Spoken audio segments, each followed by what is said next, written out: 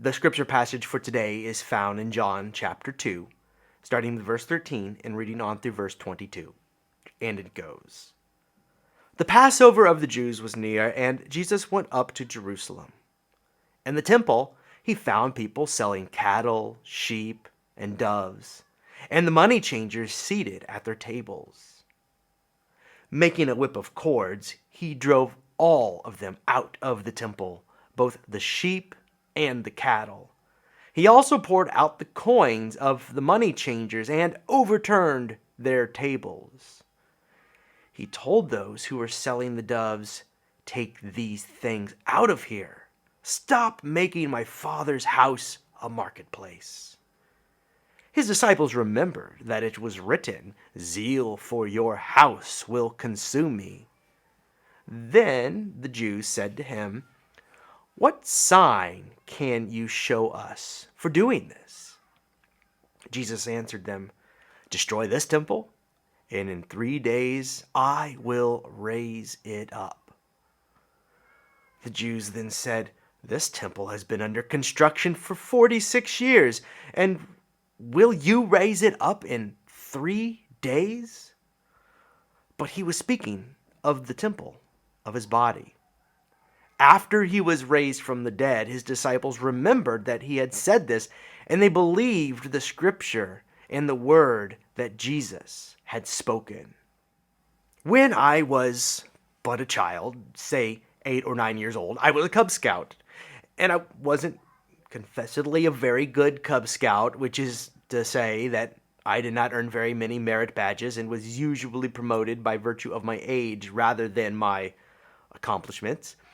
All this to say, I did participate in the yearly popcorn fundraiser. Girl Scouts sell cookies, Cub Scouts sell popcorn. And our sales translated to points which could be exchanged for prizes, which had me excited and set up for failure, basically. I never did very well. You needed to earn a huge number of points to even get a moderately good prize, but I tried my very best. So picture an 8-year-old Heath selling popcorn in the foyer of his childhood church.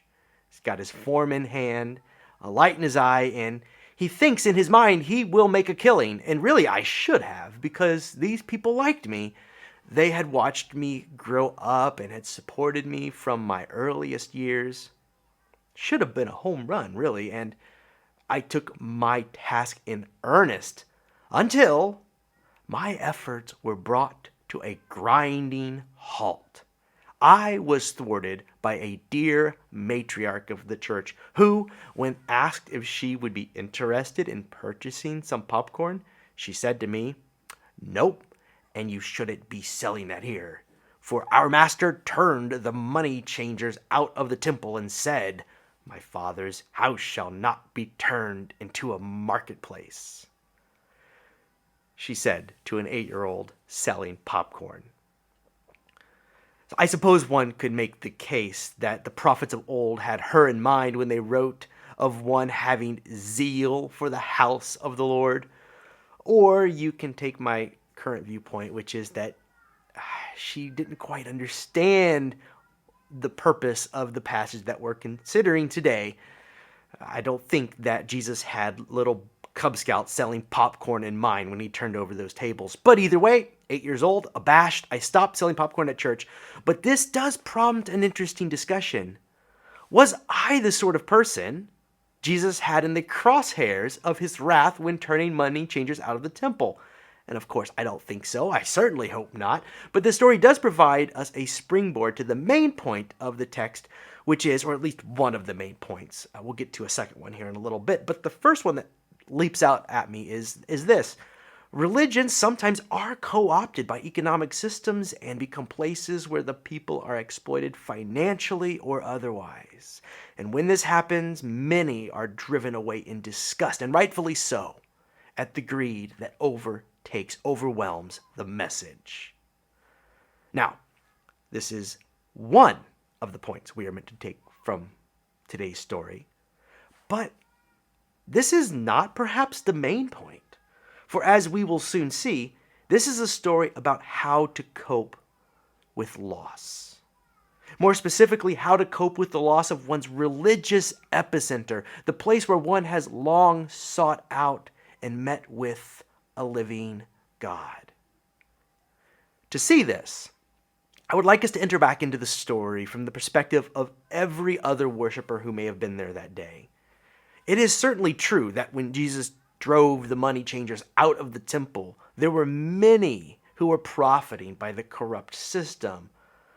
But the majority of the people there that day were the countless others who worshiped there because it was where they met with God year in and year out. And it was where their parents had met with God and their parents' parents. Every worshiper could probably recount numerous times when life at the temple had intersected with their own personal lives and cherished memories. Perhaps parents remember bringing their children to the temple to be consecrated or circumcised. Perhaps the adults remember how their parents had made the yearly pilgrimages to the temple for the feast days and those high days of celebration where the best parts of life were experienced, amplified. Maybe there was someone standing in line that day holding on to an animal they had been sold by the money changers, and true, at an exorbitant rate. Yet, in that moment, that wasn't what was on their mind. Perhaps some put up with the exploitation and the money gouging because of what the temple still meant to them in spite of it all. Perhaps someone was waiting their turn at the temple and instead of brooding about how they'd been ripped off at the gates, were instead remembering the good times when he or she and their friends camped along the road with their families decades ago, playing games with their cousins, getting lost, getting dirty, the memories, the fun, the heartache over the years, the loss, the memories brought to the surface with each visit to the temple. That same temple that had stood in spite of everything for hundreds of years, then had been torn down and has now been rebuilt. Imagine that you are standing there, lost in thought and in those memories, when suddenly there is an uproar. You see Jesus of Nazareth, you've heard of him, throwing over tables and chairs, railing against the injustice, and you agree with him, basically. You think something ought to be done. You hope that Jesus will usher in a new era and new ways of doing things. But then Jesus says something that makes your heart sink to the pit of your stomach. Destroy this temple, he says, and in 3 days I will raise it up. Don't even suggest such a thing, you think to yourself. You hardly hear the words that follow. Your thoughts get wholly caught up in the initial words, destroy this temple, destroy this temple, destroy this temple, destroy this temple. It's happened before, never again, you think. This temple? Unthinkable. For to destroy the temple is to cut you off from the past, from the memories, from your own ancestors. For the temple is that place where your life intersects with the lives of your grandparents and your great-grandparents. It's a time machine in that sense, bringing you back and bringing the past into the present. So you glance over at the step where you know on good authority that your grandfather tripped and sprained his ankle way back when. The temple has been an island of stability in a world thrown in every direction by Rome and the ruling class and the tumultuous nature of life. When my grandmother, my mom's mom, died, her children had to make a hard choice. You see, their mom lived in the very house they had each grown up in and had known for their entire lives. And I can still remember it. And noticing aspects of my grandma's house that had remained unchanged throughout the decades kept me grounded, kept me rooted. So I can only imagine how those feelings were amplified with my mom and her siblings. And it would occur to me at times when I was playing in that house, at grandma's house, perhaps staying the night or sleeping in the very same rooms my mother, aunt, and uncle had played in and slept in, it would occur to me that I was, in a way, walking through their history. And indeed, I played with some of the same toys that my mother and her siblings had owned when they were young. That place rooted me to the past. And again, I can only imagine what that place signified for my mom and her siblings. So when Grandma died, the question became, what should we do with the house? Our house. In the end, they decided that they had to sell it. What else can you do? And so they did. And I'll never forget driving to Grandma's house with my mom for the final time. She sent me out to wait in the car while she stayed inside for a bit longer. I'll never forget the sound of her sobs, gut-wrenching, cries that came from very deep within. Her temple was coming down. She was losing a part of herself. This may be a bit what it was like, or what was at stake for a Jew in Jesus' time when the temple was eventually destroyed, and it was. This kind of pain is what might underlay the hypothetical pondering of our pilgrim waiting in line to make a sacrifice while Jesus cleared out the temple that day. The disciples might have been reflecting on similar thoughts. However, the memory would change in time. And here's where we remember that second half of the sentence. The second half that would be given deeper and more profound meaning far later. In 3 days, I will raise it up. Raise the temple after it has been destroyed? How? I mean, that's quite an impressive feat if it could be done. The temple establishment certainly thought so, and they say you can almost hear, you should hear the incredulity in their voices. This temple took 46 years to build, and you think you can do it in 3? You can hear the muttering under their breaths almost. Yeah, right. And I'm sure the disciples were as incredulous, though they had seen Jesus do some pretty amazing things. It was only in retrospect that they understood.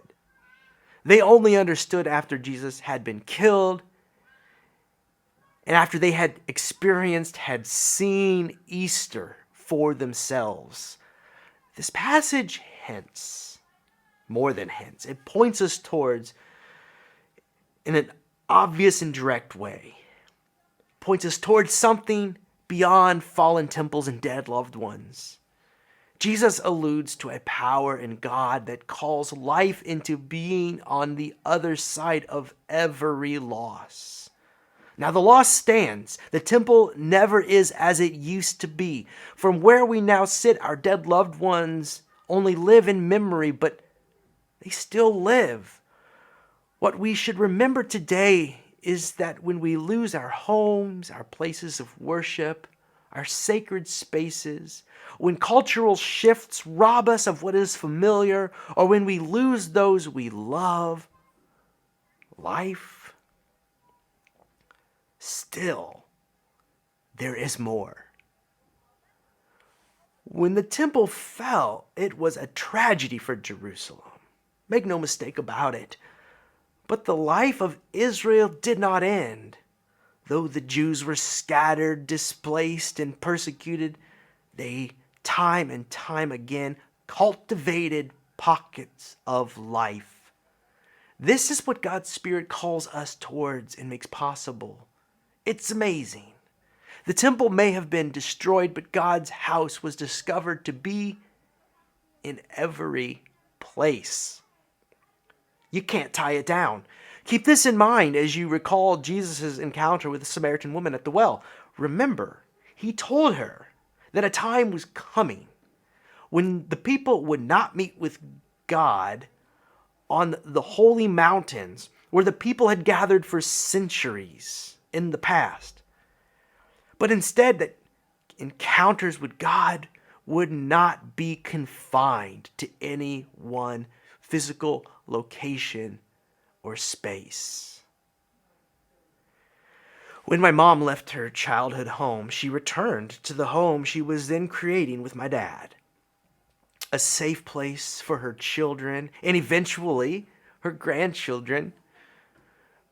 When I have to sell the home I grew up in, there will be something else after the searing loss.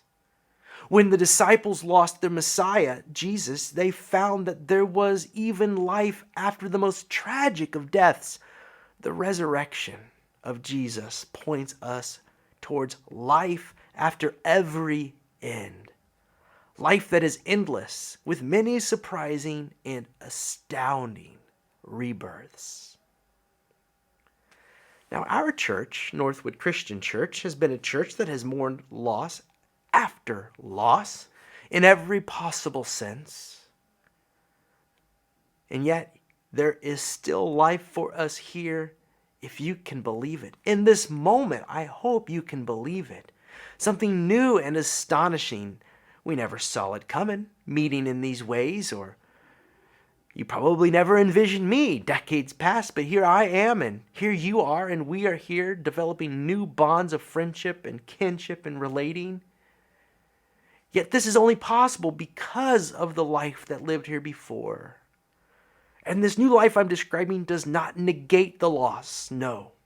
And I mourn with you in that loss. The loss is not negated, but rather the resurrection power of Jesus overwhelms and redeems the loss. The tears are all too real, but they turn sweeter in time and give whatever new life comes next even deeper meaning. So all this to say, if you are mourning the loss of your youth, your church, as it was way back when, your loved ones, your spouse, your friends, your children, your brother, your sister, or even your faith, remember this. If God can rebuild temples in 3 days and call Jesus Christ back from the grave, there is something ahead for you, for us. You have a future, and what you've lost will be found again and again in ways you cannot now imagine. So hold fast to hope. After he was raised from the dead, his disciples remembered that he had said this, and they believed the scripture and the word Jesus had spoken.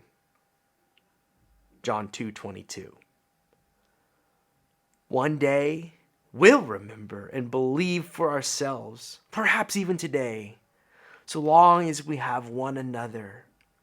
God's temple still stands. It is wherever we are. In fact, this very moment, we are in it. God is here with us and for us. So let's build a temple. We may not even need 3 days.